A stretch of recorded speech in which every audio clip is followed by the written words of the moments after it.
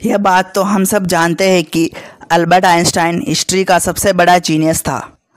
इतना जीनियस कि वह अकेला ही हजारों साइंटिस्ट से ज़्यादा दिमाग लड़ा सकता था।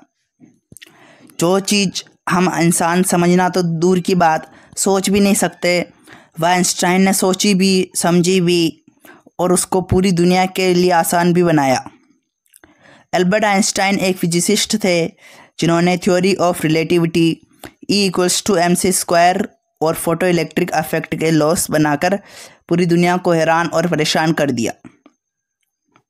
इसकी वजह से ही इनको नोबेल अवार्ड भी दिया गया। इन्हें के एक्स्ट्रा ऑर्डिनरी सोचने और समझने की क्षमता देखकर लोग समझते हैं कि आइंस्टाइन के पास एक स्पेशल ब्रेन है जो हम आम इंसानों से काफ़ी ज़्यादा अलग है। इस बात का खुद आइंस्टाइन को भी अंदाज़ा था। इसी वजह से वो नहीं चाहते कि मरने के बाद उनकी बॉडी पर किसी भी प्रकार की कोई रिसर्च की जाए, बल्कि उन्होंने तो ये इंस्ट्रक्शन भी दे रखे हैं कि मरने के बाद इनकी बॉडी को जलाकर राख कर दिया जाए। लेकिन फिर वही हुआ जिसका आइंस्टाइन को डर था। 18 अप्रैल 1955 को प्रिंसटन हॉस्पिटल में जब आइंस्टाइन की मृत्यु हुई, तब ऑटोप्सी के लिए यानी मौत की वजह जानने के लिए डॉक्टर आया और उसने चुपके से आइंस्टाइन का ब्रेन निकाल लिया, क्योंकि उसको यह जानने की क्यूरियोसिटी थी कि दुनिया के सबसे बड़े जीनियस के ब्रेन में आखिर ऐसा क्या है। स्वागत है आपका मुकेश ताकड़ चैनल पर। अब आइंस्टाइन का ब्रेन चुराने वाले डॉक्टर थॉमस हार्वी थे, जिनको अपने साथ होने वाले इंजाम से ज़्यादा इस स्पेशल ब्रेन की स्टडी करने में दिलचस्पी थी। उस दिनों के बाद जब प्रिंसटन हॉस्पिटल को डॉक्टर हार्वी की इस हरकत का पता चला तो उनको अपनी जॉब से हाथ धोना पड़ा। लेकिन डॉक्टर हार्वी आइंस्टाइन के बेटे हंस अल्बर्ट से जैसे तैसे करके यह परमिशन लेने में कामयाब हो रहे कि उनके पिता के स्पेशल ब्रेन के अंदर छुपे राज्यों से पर्दा उठाकर उसको पूरी दुनिया के सामने लाना चाहते थे। इस दिन के बाद शुरू हुआ कि इस ब्रेन का एक लंबा तरीन सफ़र। डॉक्टर हार्वी एक पैथोलॉजिस्ट थे जो सिर्फ पोस्टमार्टम करना चाहते थे। उनका ये सिर्फ ख्याल था कि वो इतने बड़े जीनियस के ब्रेन पर रिसर्च कर पाएंगे। अब कंडीशन यह की थी, डॉक्टर हार्वी प्रिंसटन हॉस्पिटल की जॉब से अब हाथ धो बैठे और अपने पैथोलॉजिस्ट का ओहदा भी खो चुके। आइंस्टाइन का ब्रेन जो पहले ही डॉक्टर हार्वी प्रिजर्व कर गए थे, वह उसको लेकर पेनिसिलिया के शहर फिलाडेल्फिया चले गए, जहाँ उन्होंने ब्रेन की कई फ़ोटोज़ ली। उसको 240 छोटे छोटे टुकड़ों में काटकर हर पीस को अलग जार में प्रिजर्व करके अपनी बेसमेंट में छुपा लिया। इसी मसले को लेकर डॉक्टर हार्वी का अपनी बीवी के साथ कई बार झगड़ा होता रहा, क्योंकि उनकी बीवी भी अक्सर यह धमकी देती कि इस ब्रेन को उठाकर कहीं फेंक न दे। एक दिन झगड़ा इतना बढ़ गया कि दोनों पति और पत्नी डाइवोर्स लेकर अलग होना पड़ा और डॉक्टर हार्वी ब्रेन लेकर कैंसस के शहर विचित्रा चले गए, जहां वह एक बायोलॉजिकल टेस्टिंग लैब में मेडिकल सुपरवाइजर्स की नौकरी करने लगे। और यहाँ वो अपने फ्री टाइम में आइंस्टाइन के ब्रेन पर खूब रिसर्च करते। इसके बाद वह कई बार अलग अलग जॉब छोड़कर अनजान शहरों में ब्रेन लेकर घूमते रहते। कई साल गुजर चुके, लेकिन डॉक्टर हार्वी आइंस्टाइन के ब्रेन पर कुछ खास रिसर्च नहीं कर पाए। उल्टा उनका मेडिकल लाइसेंस ही कैंसिल कर दिया और नौबत यहाँ तक आ गई कि उनको एक प्लास्टिक की फैक्ट्री में जॉब करनी पड़ी। तभी उन्होंने पहली बार एक अच्छा फैसला लिया कि वह इनके ब्रेन के अलग अलग हिस्सों को दुनिया भर के सबसे बेस्ट न्यूरो पैथोलॉजिस्ट के पास डिटेल्ड रिसर्च करने के लिए भेजेंगे। फिर उन्होंने ऐसा ही किया। 1955 में ब्रेन चोरी होने के 30 सालों बाद यानी 1985 में पहली बार आइंस्टाइन के ब्रेन पर एक स्टडी पब्लिश की। इसके बाद अगले 28 सालों तक इस जीनियस ब्रेन पर दुनिया के न्यूरोपैथोलॉजिस्ट ने कई स्टडीज़ पब्लिश की, जिनमें यह बताया कि आइंस्टाइन का ब्रेन एक आम इंसान के ब्रेन से काफ़ी ज़्यादा डिफरेंट है। सबसे बड़ा डिफरेंस ब्रेन के कार्पस कैलोसम वाले हिस्से में पाया गया। अब यहाँ यह जानना जरूरी कि इन इंसानी ब्रेन दो अलग अलग हिस्सों में डिवाइड होता है।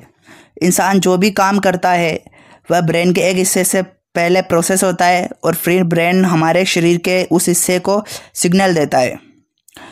लेफ्ट ब्रेन हमारे शरीर के राइट हिस्सों को कंट्रोल करता है, जबकि राइट ब्रेन हमारे शरीर के लेफ्ट हिस्से को कंट्रोल करता है। इसके अलावा 90% इंसानों का लेफ्ट ब्रेन बोलने, समझने, मैथमेटिकल कैलकुलेशन और राइटिंग यानी लिखने के दौरान काम करता है, जबकि राइट ब्रेन के पास क्रिएटिविटी शेप्स को पहचानने में, आर्ट्स और म्यूजिकल स्किल्स की जिम्मेदारी होती है। अब आप ये सोच रहे होंगे कि इस सब में कॉर्पस कैलोजम का क्या काम होता है। तो मान लें कि आप कीबोर्ड पर टाइपिंग कर रहे हैं या फिर मोबाइल फ़ोन पर। इस दौरान हमारे दोनों हाथ टाइपिंग करने में बिजी है। कुछ अल्फ़ाबेट हमारा सीधा हाथ टाइप कर रहे हैं तो कुछ अल्फ़ाबेट कुछ उल्टा हाथ टाइपिंग के दो। इसके दौरान लेफ़्ट हैंड में मिस्टेक हुई तो आपका फ़ौरन राइट हैंड इस्तेमाल करना है, उस मिस्टेक को इरेज किया। तो इसका मतलब यह हुआ कि जब राइट हैंड ब्रेन मिस्टेक हुई तो लेफ़्ट ब्रेन को फ़ौरन सिग्नल दिया कि वह मिस्टेक ठीक करे। ब्रेन के दोनों हिस्से आपस में जब चीज़ की वजह से कम्युनिकेट करते हैं तो उसको कॉर्पस कैलोजम्स कहा जाता है। और आइंस्टाइन का कॉर्पस कैलोजम्स हम आम इंसानों के मुकाबले कुछ ज़्यादा ही बड़ा था, यानी उनका लेफ़्ट और राइट ब्रेन का आपस में बहुत स्ट्रॉन्ग कनेक्शन था, जिसकी वजह से आइंस्टाइन एक ही वक्त में काफ़ी कॉम्प्लेक्स प्रॉब्लम्स और सिचुएशंस को इमेजिन कर सकते। कॉर्पस कैलोजम्स के बड़े होने के अलावा आइंस्टाइन के ब्रेन का पैटर्न भी आम इंसानों से काफ़ी अलग था, और रिसर्च का मानना यह था कि इसकी वजह से ब्रेन में न्यूरॉन्स का फ्लो काफ़ी बेहतर था। न्यूरॉन्स के अच्छे फ्लो होने का मतलब कि इनकी मैथमेटिकल कैलकुलेशंस की पावर काफ़ी ज़्यादा स्ट्रॉन्ग थी। Albert Einstein complex mathematical problems को बिना पेन और पेपर के अपने दिमाग की मदद से ही सॉल्व कर लेते काबिलियत रखते। और न्यूरॉन्स ज़्यादा होने की एक और वजह की रिसर्च में बताई गई कि आइंस्टाइन के ब्रेन का वज़न किया गया तो उसका वज़न 1230 ग्राम था, जबकि आम इंसानों का 1400 ग्राम होता है।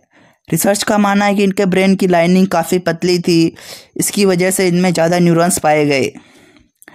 लेकिन सबसे बड़ा सवाल अभी भी वही कि क्या आइंस्टाइन ऐसे स्पेशल ब्रेन के साथ ही पैदा हुए या इनके पैदा होने के बाद इसमें कुछ चेंजेस आए। जांच के बाद मालूम पड़ा कि अल्बर्ट आइंस्टाइन जब पैदा हुए तो पूरे 5 साल तक बोल नहीं सकते थे, जबकि दूसरे बच्चे 2 या 3 साल की उम्र में ही बोलना शुरू कर देते। जब उन्होंने बोलना शुरू किया तब भी वो ज़्यादा बोलना पसंद नहीं करते, बल्कि हमेशा अपनी सोच में ही गुम रहते।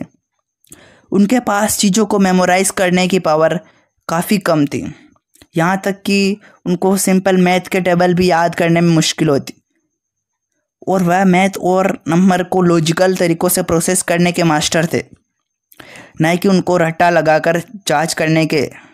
स्कूल लाइफ में काफ़ी हर सब्जेक्ट में आइंस्टाइन फेल होते, सिर्फ मैथ्स और साइंस वो सब्जेक्ट थे जिसमें आइंस्टाइन के नंबर सबसे ज़्यादा आते थे। जब एल्बर्ट आइंस्टाइन 12 साल के थे तब एक फैमिली टीचर अपनी ज्योमेट्री की बुक इनके पास भूल गए। हैरानी के तौर पर सिर्फ एक ही दिन में आइंस्टाइन ने वो पूरी बुक पढ़कर अपने ज्योमेट्री के कंसेप्ट को क्लियर कर बैठे थे। न सिर्फ इतना ही बल्कि 14 साल की उम्र में ही वह इंटीग्रल और डिफरेंशियल कैलकुलेशन के मास्टर भी बन चुके थे। मैथ्स और साइंस में इनकी इतनी स्ट्रॉन्ग ग्रिप थी कि जब वह क्लासरूम में कोई सवाल पूछने के लिए हाथ खड़ा करते तो प्रोफेसर्स घबराने लगते, क्योंकि आइंस्टाइन के अक्सर सवाल टीचर्स के ऊपर से गुजर जाते थे, और छोटी सी उम्र में ही वह इस यूनिवर्स के लॉस को भी एक छोटी सी इक्वेशन में बंद करना चाहते थे। और यही उन्होंने अपनी ज़िंदगी का एक मकसद बना लिया था कि 36 साल की उम्र में आइंस्टाइन ने 4 रिसर्च पेपर पब्लिश किए और पूरी दुनिया को हैरान कर डाला। इसी वजह से उनको पीएचडी की डिग्री और ह्यूमैनिटी के लिए जानकारी देने की सूरत में नोबेल प्राइज़ भी दिया गया। और इसका अंदाज़ा आप सिर्फ इस बात से भी लगा सकते हैं कि आज भी आइंस्टाइन की उस थीसिस के बिना साइंस बिल्कुल अधूरी है। कई डॉक्टर्स और साइंटिस्ट ने यह नतीजा निकाला कि आइंस्टाइन का ब्रेन उनके पैदा होने के बाद स्पेशल बना था, जिसकी सबसे बड़ी वजह यह थी कि उनको अपने सवाल कोई जवाब नहीं मिलता तो वो खुद अपने दिमाग की मदद से जवाब तलाश किया कर लेते। छोटी उम्र में ही ऐसा करने से इंसान का ब्रेन उसी हिसाब से डेवलप हुआ। आज भी आइंस्टाइन का यह एक्स्ट्रा ऑर्डिनरी ब्रेन अमेरिका में बाकायदा मॉडर्न म्यूजियम्स में मौजूद है, जिसको बड़ी सेफ्टी से माइक्रोस्कोपिक फिल्म में प्रिजर्व करके रखा है। उम्मीद है कि मुकेश सागर की ये वीडियो भी आप लोगों को पसंद आई होगी। आप अपने दोस्तों को शेयर करें और वीडियो को भरपूर लाइक और शेयर करें। ऐसे ही प्यार देते रहे फ्रेंड्स।